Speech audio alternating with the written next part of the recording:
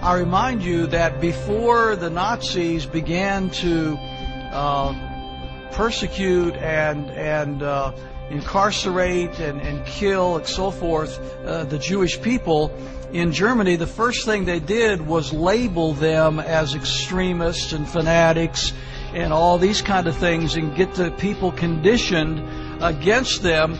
And then with the approbation of the general populace, they were able to unleash the fury of the state against them, and we all, of course, know what happened as a result of that.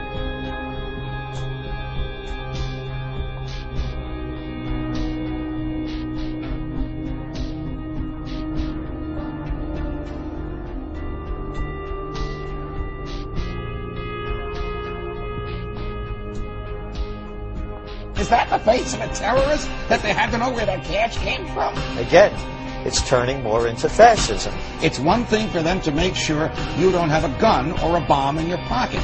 It's another thing for them to not like a book.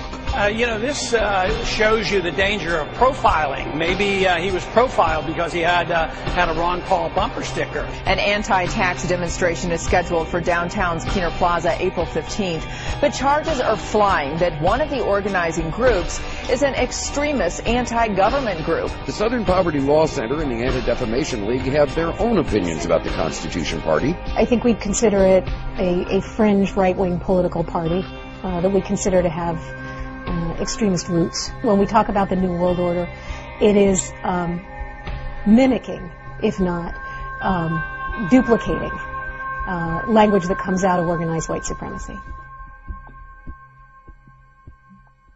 The elites have said that they want to have a final revolution, that they know the public's going to revolt against them, so that's why they've scientifically set up the surveillance grid, the cashless society. This whole continuity of government system is designed to suppress and control the people of America. Northcom, the Pentagon, the military are all announcing their number one job now is fighting the American people. They're saying the number one terror threat is veterans and gun owners and conservatives and libertarians and Ron Paul supporters. And I've been sent secret Army documents, we call the phone numbers and they're accurate and real, where I'm being watched at In the Fed protest, where we peacefully go out and demonstrate.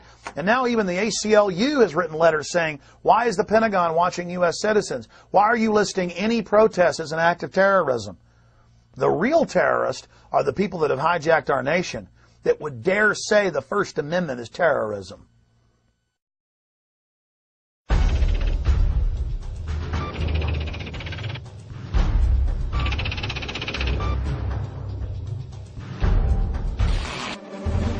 Two new reports out document an alarming rise in the number of hate groups in the United States. The Southern Poverty Law Center's intelligence report found 926 active hate groups in the country. That's up more than 50% from just 2000. Morris Dees is the founder of the Southern Poverty Law Center. He joins us from Montgomery, Alabama. Good morning, sir. Your report dovetails with a brand new report from the Department of Homeland Security claiming basically the same thing. And they say part of it is because of the election of President Obama. Other part of the responsibility goes to the deteriorating economy. The political climate, the election of Obama, the immigration issues that have faced the United States over the last 5 to 10 years, and now especially the economy, is almost causing a resurgence of what we saw in the days of Timothy McVeigh, almost a militia movement that's being reborn in the United States. Homeland Security says people who oppose abortion or worry about the threat of illegal aliens could pose a radical threat to America. It warns about groups and individuals dedicated to single issues like abortion, immigration, and gun rights, and even raises a red flag about veterans returning home from the wars in Iraq and Afghanistan. Does this report seem to lump in ordinary Americans who have real concerns about stuff with nutjob racists and anti-Semites?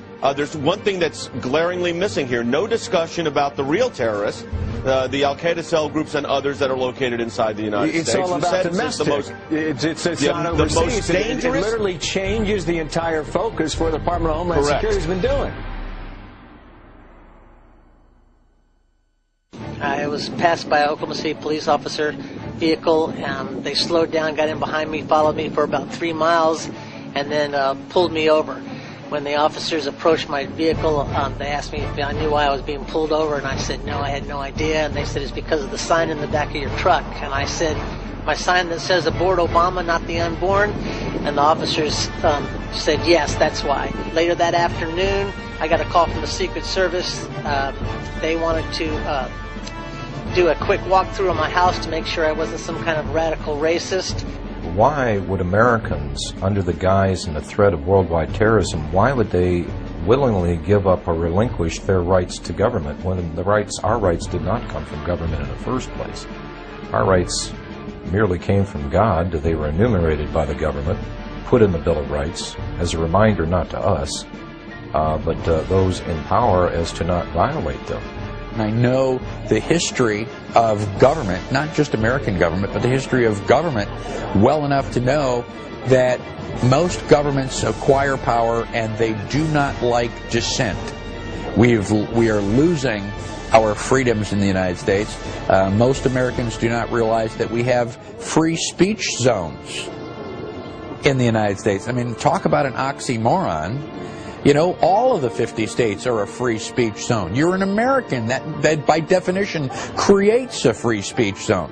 We have freedom of speech because we stand up and say what we think, not because the Founding Fathers ratified the First Amendment in 1791. So if we're losing the free speech zones, the governments in general throughout history have tried to quell dissent by controlling the media, which we already have in this country, and by generating fear of confrontation. After Seattle, the feds said we can't allow protests anymore in America. It's too dangerous. That's why we're going to have free speech zones miles away from where the events are, in baseball fields, in church parking lots, where nobody can see you or hear you. You've got your First Amendment, but you've got it way over here miles away. That all started as a beta test in Seattle in '99 with the police, after they'd staged the riots, with hired anarchists coming up to people saying nowhere in the city could they even wear a pin saying no WTO. And the police say, hey, First Amendment is suspended in Seattle, and the news pushed it like it was a good idea and the right thing to do. The lines are open. This is First Word, ladies and gentlemen. At 877-367-2526. Whatever's in your head, call and share it at this moment. Hello.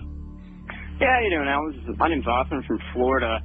I was recently looking around on the Army's website, Army.mil, and I came across this document called the Civilian Inmate Labor Program. This was put on in 2005, and I was just reading over the first couple pages.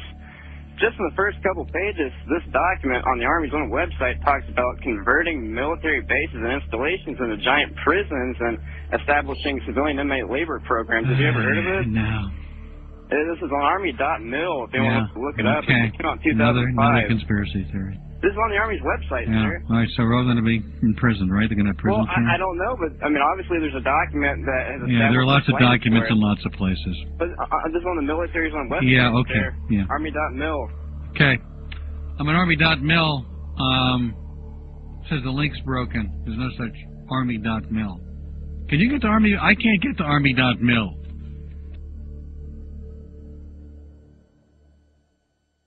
Army Regulation 210-35. Now, this was set up in 1986 secretly. And for 10 plus years, it was secret. And in 1997, Bill Clinton declassified this, and we were the first major radio show to cover it. Since then, it's been expanded. This lists 12 camps to hold American citizens that have been built by the United States Army. And ladies and gentlemen, some of these facilities have U.S. citizens in them now.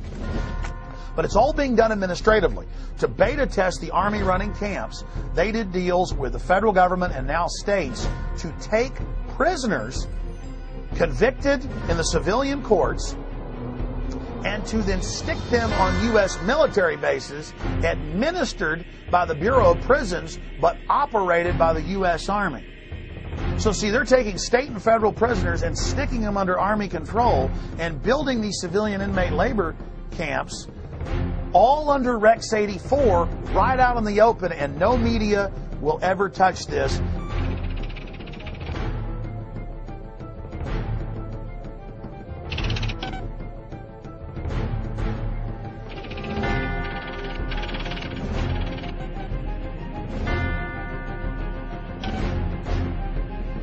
Beginning in October, the Army plans to station an active unit inside the United States.